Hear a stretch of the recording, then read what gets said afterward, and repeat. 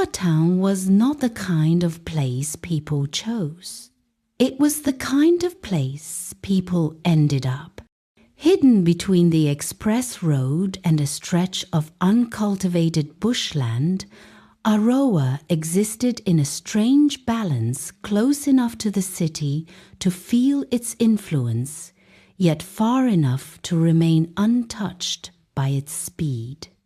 The town had one main road, 2 secondary schools, a small health center, 3 churches, a mosque, and a market that came alive only on specific days. Nothing happened in Arowa without everyone knowing. That was why, on the morning the strangers arrived, heads turned. It was late harmattan season. Dust hung in the air like memory, settling on zinc roofs and tree leaves alike. Traders were just arranging their stalls when a dark blue pickup truck rolled into town and stopped near the abandoned council land at the edge of the road. 2 people stepped down. The first was a man, tall, lean, about 30 years old, dressed plainly in dark trousers and a long-sleeved shirt despite the heat. His movements were careful, almost measured, as though he did not like drawing attention to himself. The second was a girl. She looked barely 18, slim and quiet, with her hair neatly packed in low braids. She carried a small bag and stood close to the man, not clinging, not fearful, just close, like someone used to staying within a certain distance. They did not argue with the driver. They did not ask questions. They simply paid, thanked him, and watched as the truck drove away, leaving them alone with their luggage and the watchful eyes of Arowa Town. Within an hour, people already knew their story. The man's name was Ezekiel. The girl was his niece, Mariam. He had come to open a small gas plant. She had just secured admission into the university not far from the town. They needed somewhere quiet to live. Arowa was quiet, too quiet for some. The landlord who rented them a modest bungalow near the edge of town later told people that Ezekiel had paid a whole year's rent in advance without bargaining. He did not ask for discounts. He did not complain about the cracks in the walls or the aging wooden doors. When the landlord joked, "You didn't even ask if the house has problems," Ezekiel looked at him for a long moment and replied, "I am used to worse." He simply thanked the man and moved in. From the very first week, it became clear that the newcomers were different. The words stayed with the man long after they moved in. From the first night, their house was silent, not peaceful, silent. No radio, no laughter, no argument. Just darkness swallowing the building early, long before other houses went to sleep. Ezekiel's routine became known quickly. Ezekiel woke up early, often before the call to prayer or the first church bell. He left the house before the town fully woke and returned only when the sun was already sinking low. He spoke politely when spoken to, but never lingered, never joined conversations, never sat outside to gossip. He was building something. Within months, a small gas plant began to take shape on a cleared piece of land not far from their house. People were surprised by how fast it came together. Tanks arrived, equipment followed, safety signs were erected. Everything was done properly, quietly, professionally. Ezekiel ran the business himself. No loud arguments with customers, no drinking, no unnecessary friendships, just work. Mariam was rarely seen in town. Once the university resumed, she left to stay on campus. People only noticed her absence when they realized how silent the house became whenever she was gone. At the university, Mariam was also noticed, but for all the wrong reasons. She attended lectures faithfully, always sitting at the back. When classes ended, she returned straight to her hostel room. She did not join discussions, did not attend parties, did not laugh loudly with friends. She shared a room with one girl, and that girl alone knew her well enough to say Mariam was kind, polite, and deeply reserved. "She sleeps a lot," the roommate once told another student. "If she's not in class, she's sleeping." Male students tried their luck. Female students tried friendship. Mariam showed no interest, not because she was rude, but because she seemed absent, like someone living in a place she was never meant to stay. Back in Arowa Town, Ezekiel lived the same way. For 3 years, nothing truly changed. During holidays, Mariam returned home and helped at the gas plant. She learned the work quickly, how to handle cylinders, guide customers, keep records. People admired her diligence. Some praised Ezekiel for raising such a responsible niece. "She's quiet like him," people said. That kind of quiet that doesn't cause trouble. Yet the town noticed patterns.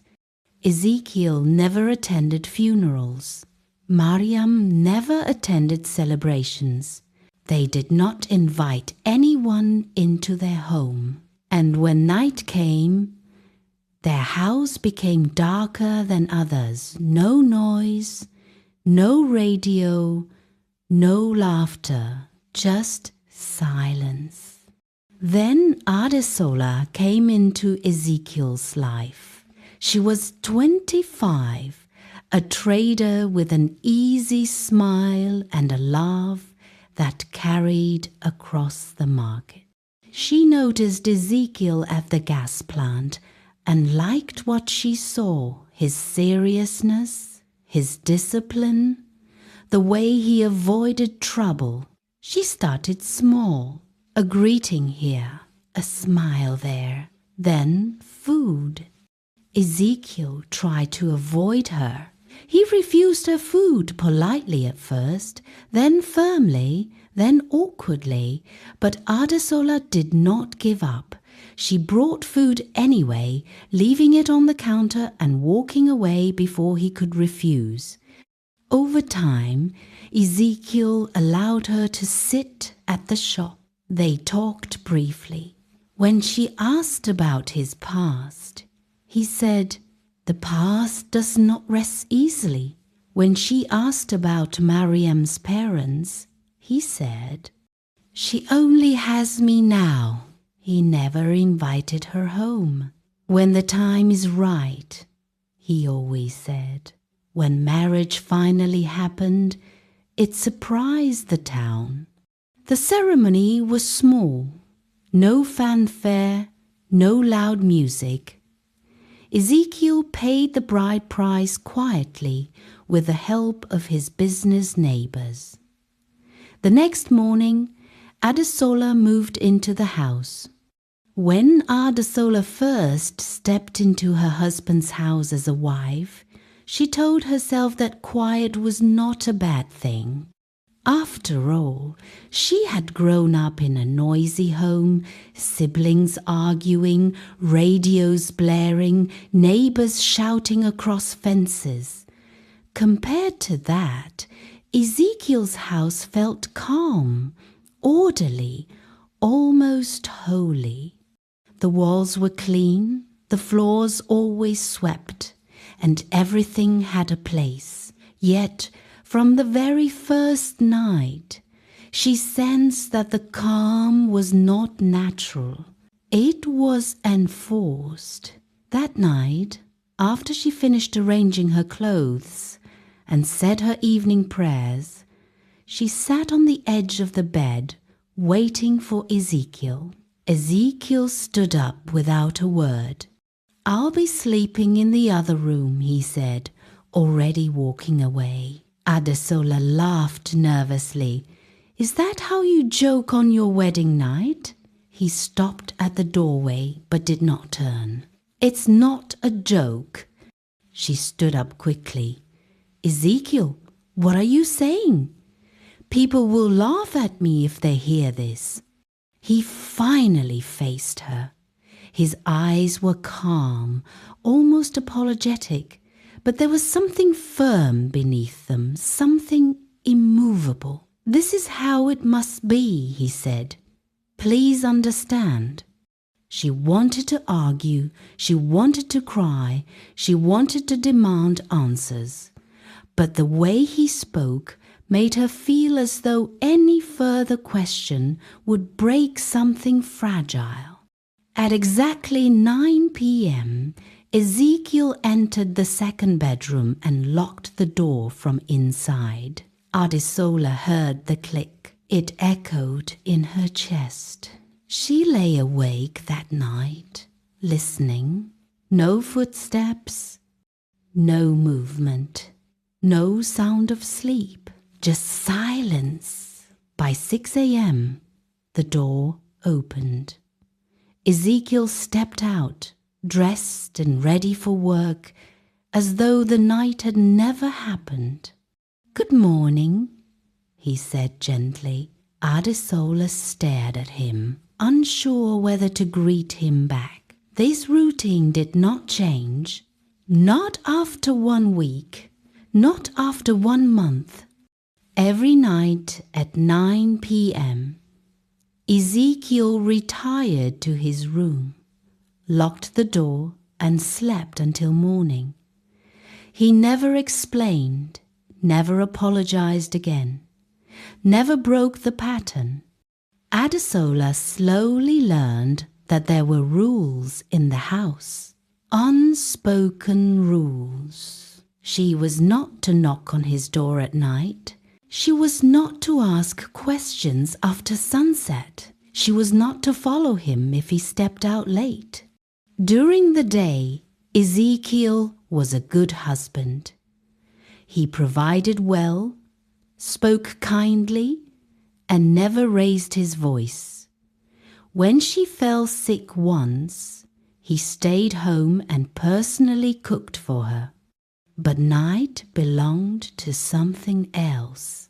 That night, when he entered his room and locked the door, the sound of the lock echoed through the house like a warning. Adesola lay awake, listening. At some point in the night, she thought she heard movement, not footsteps, dragging, breathing that was not human. By 6 a.m., the door opened. Ezekiel came out, dressed for work, calm as ever.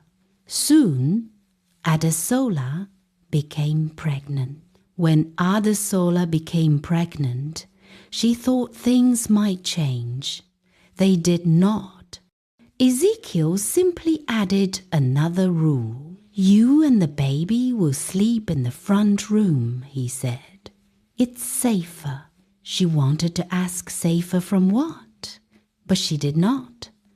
The baby was born a healthy boy with bright eyes. Ezekiel held him awkwardly at first, as though afraid to press too close. Then something softened in him. He smiled more. He stayed home longer. He even laughed sometimes.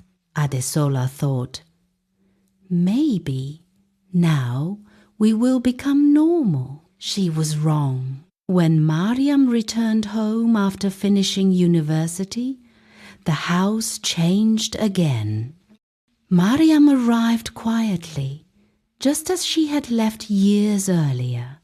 She hugged her uncle respectfully, greeted Adesola politely, and bent over the baby with a smile so gentle it brought tears to Adesola's eyes. From that day, Mariam became the heart of the house. She woke early, cleaned thoroughly, cooked without being asked, and took care of the baby as though he were her own. She never complained, never asked for payment, never rested until everything was done. Adesola loved her. She bought her clothes, gave her small gifts, trusted her completely. "You are a blessing," she once told Mariam. Mariam smiled softly. "I am only doing what I should." But soon, Adesola noticed something unsettling. At 9 p.m., Mariam stopped whatever she was doing. No matter how tired she was, no matter how busy the house felt, Mariam always finished everything before that hour. She bathed, said her prayers, and entered her room. Then she locked the door, just like Ezekiel, and she did not come out until 6 a.m. The first night, Adesola noticed it. She brushed it aside. "Young people sleep early," she told herself. The second night, she frowned. The third night, fear crept in. One evening, Adesola deliberately delayed dinner. She pretended to be busy with the baby, hoping Mariam would come out to complain or help. At exactly 8:55 p.m., Mariam gently took the baby from her. "Let me help you, Auntie," she said. By 8:59, the kitchen was clean. At 9, Mariam was gone. The click of her door locking sounded louder than it should have. That night, Adesola lay awake, listening to the house. 2 locked doors, 2 separate rooms, 2 people sleeping at the same exact hours. She clutched her baby tightly. The unease followed her everywhere. At the gas plant, people praised Mariam endlessly. "She's very serious," customers said. "She works like someone twice her age." Ezekiel said little, only nodding. Adesola began to notice other things. Ezekiel never bled. Once, a sharp metal edge cut Adesola's finger while she was helping at the shop. Blood spilled freely. Mariam rushed to help, wrapping it carefully. Ezekiel stood back, watching. Another day, a cylinder slipped and grazed his arm. Adesola screamed, but when she checked, there was no wound, not even a scratch. At night, strange dreams haunted her. She dreamed of roads with no footprints, of houses without shadows, of people who smiled but did not breathe. She dreamed of Ezekiel and Mariam standing in the rain, untouched by water. Then came the whispers. Sometimes, when the baby cried late at night, Adesola heard murmurs from behind the locked doors. Not voices she could understand, just sounds low and distant, like people speaking from underwater. Once, she gathered courage and knocked on Ezekiel's door at 9:30 p.m. The whispers stopped instantly. "Go back to sleep," his voice came calmly from inside. "Everything is fine." It was not. Yet she stayed.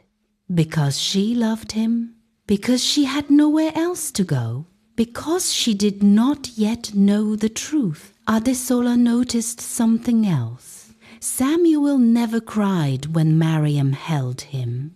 Never. If the baby was screaming in her arms and Mariam reached for him, the crying stopped instantly. His eyes would widen not with comfort, but with a strange, frozen attention. He stared at her face like he was listening to something she was not saying. One evening, Adesola laughed nervously and said, "You must have magic hands." Mariam smiled faintly. "I just know him," she replied. Her voice carried no warmth, no pride, just certainty. One night, after the locks turned, Adesola lay awake. She had begun to hate the silence. It was not the peaceful silence of a sleeping home. It was heavy, layered, like something listening back. Around midnight, she heard it, a sound from the hallway. Not footsteps, more like sliding. Something dragging slowly across the floor. Her heart pounded. She sat up, holding her breath, listening. The sound stopped. Then came another noise from Ezekiel's room. A low, rhythmic sound. Breathing. Too deep, too slow, too loud. It did not sound like sleep. It sounded like effort, like something learning how to breathe. Adesola pressed Samuel close to her chest. She tried to pray, but the words tangled in her mouth. Sweat soaked her nightdress despite the cool Harmattan air. Then a faint knocking. 3 soft taps from inside the wall. She gasped. The knocking moved. Tap, tap, tap. Like fingers crawling behind plaster. She screamed. The lights flickered on instantly. The sounds vanished. The locks remained shut. Morning came too easily. Ezekiel emerged at 6 a.m. Calm, freshly dressed, no sign of sleeplessness. Mariam followed shortly after, neat and expressionless. Adesola looked at them both with red eyes. "Did either of you hear anything last night?" she asked carefully. Ezekiel paused. "No." Mariam shook her head. Sleep was peaceful. Adesola did not sleep again that night or the next. As days passed, she began noticing details she had once ignored. The mirrors. They reflected Ezekiel oddly at night. Sometimes his reflection lagged half a second behind his movement. Mariam's reflection was worse. Sometimes it did not blink. Sometimes it smiled when Mariam did not. Adesola stopped looking at mirrors after sunset. The neighbors started whispering again. Some claimed they saw Ezekiel standing behind his locked door at night, visible through a thin crack of light, motionless for hours. Others said they saw Mariam walking in the compound after midnight, despite her door being locked.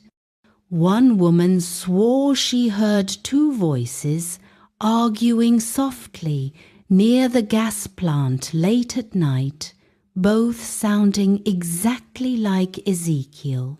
Then the baby fell ill. Doctors found nothing wrong. No fever, no infection, but Samuel stopped sleeping. He stayed awake at night, staring at the ceiling, his eyes tracking movement that did not exist. Sometimes he giggled, sometimes he whimpered. Sometimes he stretched his tiny fingers toward empty air, making grasping motions as if something hovered above him. Adesola began sleeping with the lights on. One night, exhausted beyond fear, she slept and dreamed